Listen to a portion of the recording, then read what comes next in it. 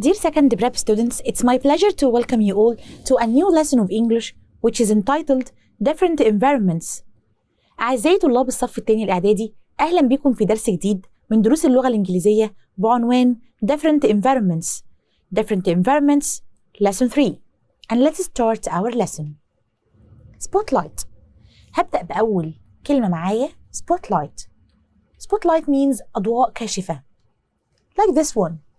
A spot of light used to show up a particular area, person, or thing, like that one on the theater. A spotlight moved across the stage. Canal. Canal means ترعة. An artificial waterway constructed to allow the passage of boats or ships inland or to convey water for irrigation. هتكلم هنا عن كلمة اسمها artificial معناها man-made which is not by nature. دي حاجة مصنعة man-made. And irrigation معناها الري. The canal is open to shipping. Mosque ومعناه مسجد. A Muslim place of worship. Worship معناها العبادة. I have to go to the mosque. Now it's time for exercise. Match the words with their meanings. Canal, mosque, located, and cotton. In a particular place or possession. A plant used for making clothes. A building where you can pray. A long area of water made for ships or boats. A place to take care of animals. هبدأ بأول كلمة معايا canal.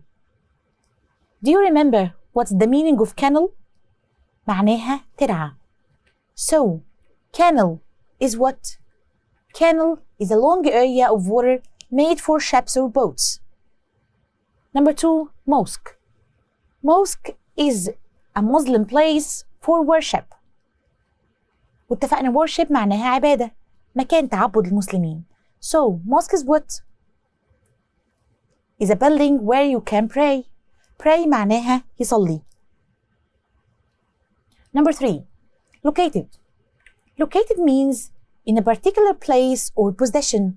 في مكان معين. موقع. Located is a verb.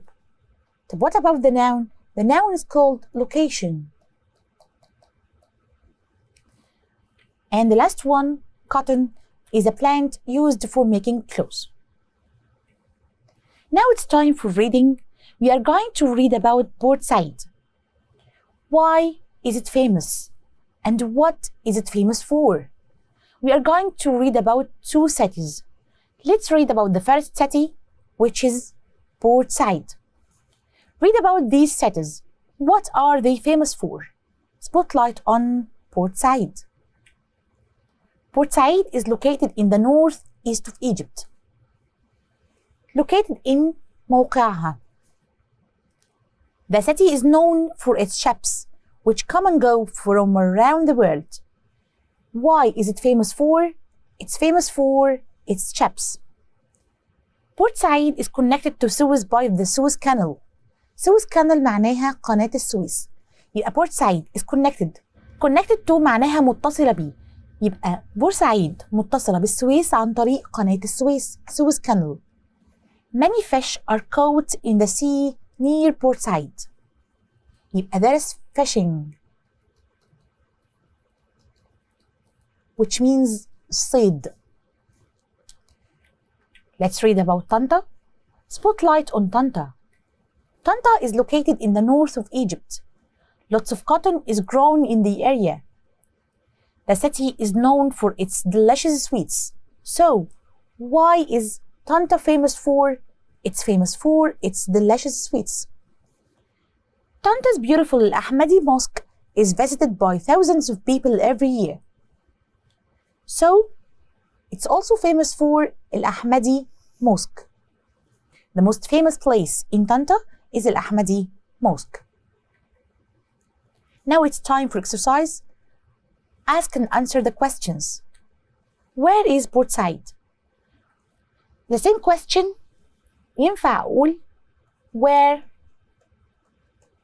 is Port Said located. يبقى يا إما أقول where is Port Said or where is Port Said located. And the same answer, Port Said is located in the northeast of Egypt. Number 2. Can you name a place in or near طنطا؟ in or near معناها يا إما داخل طنطا أو قريب منها. طنطا's beautiful الأحمدي mosque. إحنا اتفقنا one of the most famous places in طنطا is الأحمدي mosque. Why are طنطا and Port Said famous? Port Said is known for its ships which come and go from around the world. يبقى Port Said هنا اتفقنا it's famous for its ships. And what about طنطا؟ طنطا is known for its delicious sweets. يبقى احنا كده اتفقنا why every town is famous. Port Said for its ships and طنطا for its delicious sweets. Language. Today we are going to talk about present simple in the passive voice. تعالوا الأول نتفق English has two voices, active and passive. يبقى الأول كده نتفق إن في شكلين للإنجليش active voice and passive voice.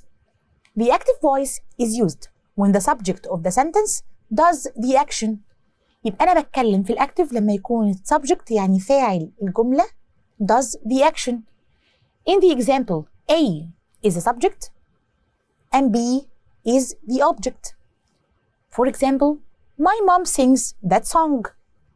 My mom subject, that song object. يبقى هنا دي اسمها active voice. بدأت بالسبجكت وهو اللي قام بالفعل وعندي هنا الأوبجكت. طب what about the passive voice? The passive voice is used when we focus on the object of the sentence. In the example, B becomes the subject. احنا اتفقنا هناك إن A هنا كانت في الأول وكانت subject. So in the passive voice we start with the object. That song is sung by my mom. يبقى أنا هنا عايزة أعمل focus on what? On the object. So it's passive voice. When it's important to know who does the action, we use by. The noun that follows by is called the agent. إحنا قلنا the song is sung by my mom. هنا ده الأوبجكت verb to be and past participle. طب what about by؟ by بيجي بعدها the subject بس هنا مفروض منه إن أنا بسميه agent. يبقى أنا هنا what comes after by in the passive voice is called agent. Now it's time to know the form of the passive voice in the present simple. Object ببدأ أول حاجة بالobject بعدين be اللي هي verb to be am is are. Usually بيجي معايا is and are. Object plus be plus past participle.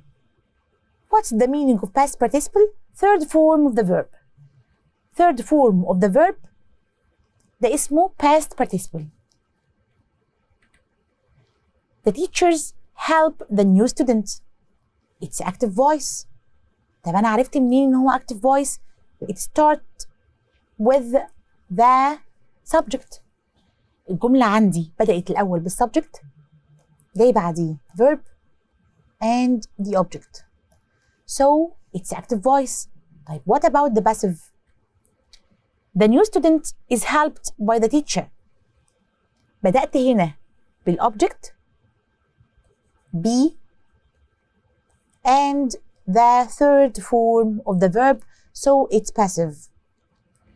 طب أنا إمتى بستخدم passive form? When the subject is well known.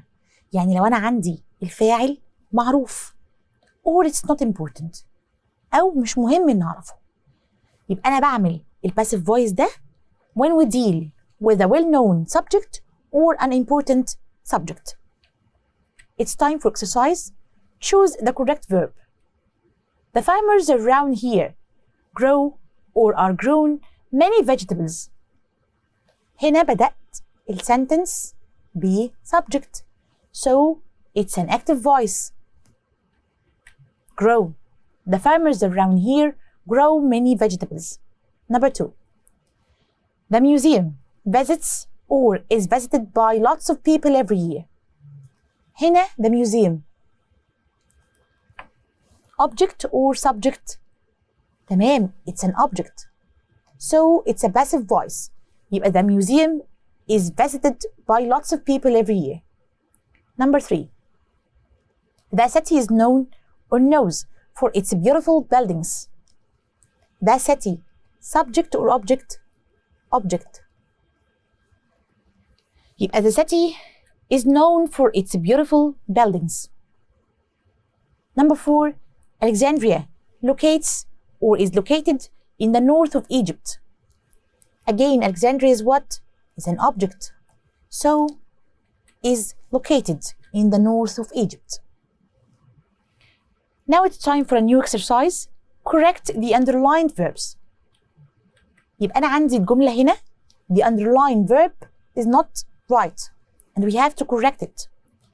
Giza knows for its ancient pyramids. Giza هنا object.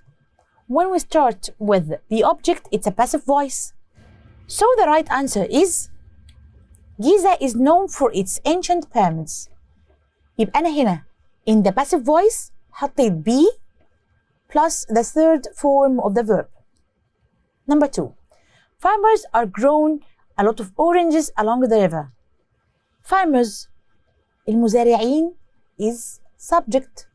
طيب تمام, هيجي بعد السبجكت هنا passive؟ لا, احنا كده بنتكلم in the active voice. So the right answer is farmers grow a lot of oranges along the river.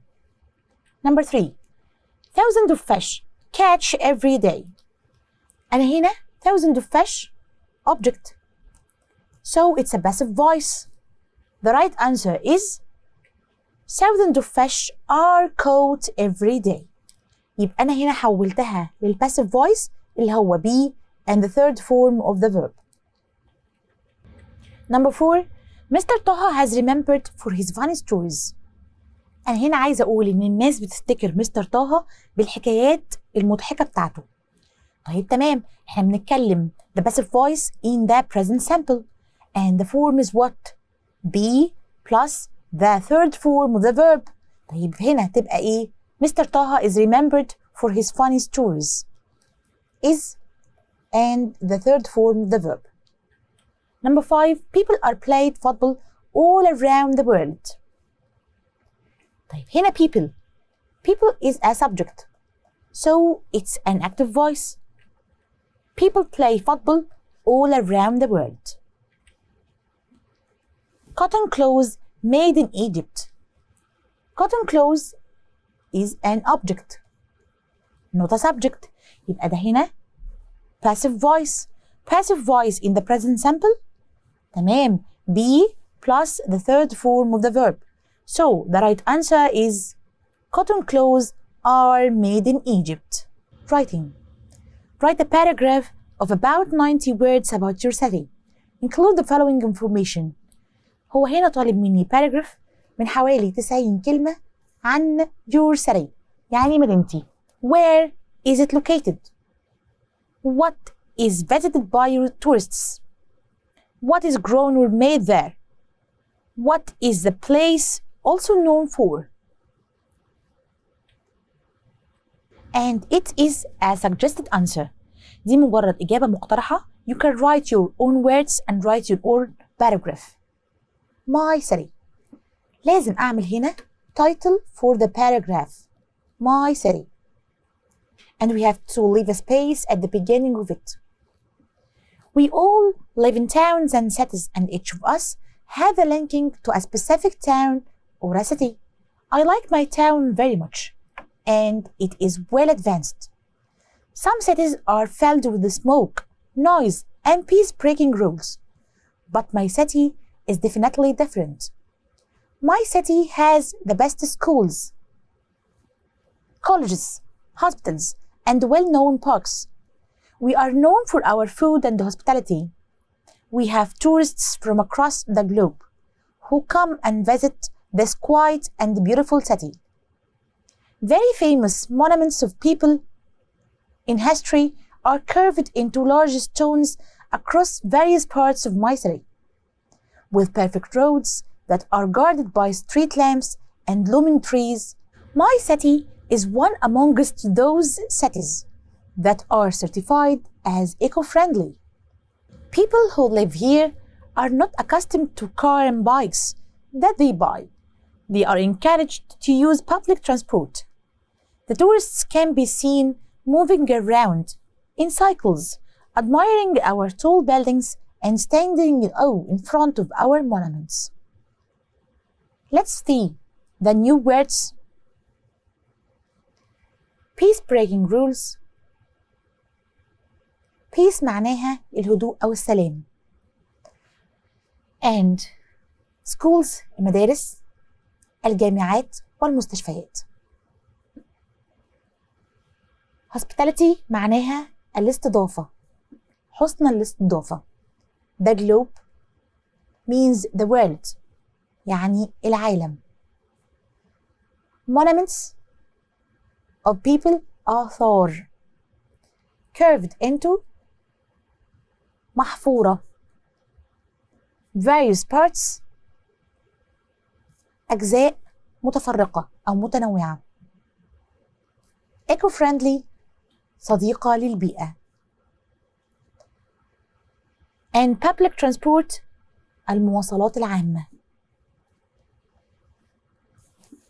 So they are the new words in our paragraph. You can write your own paragraph with your own words.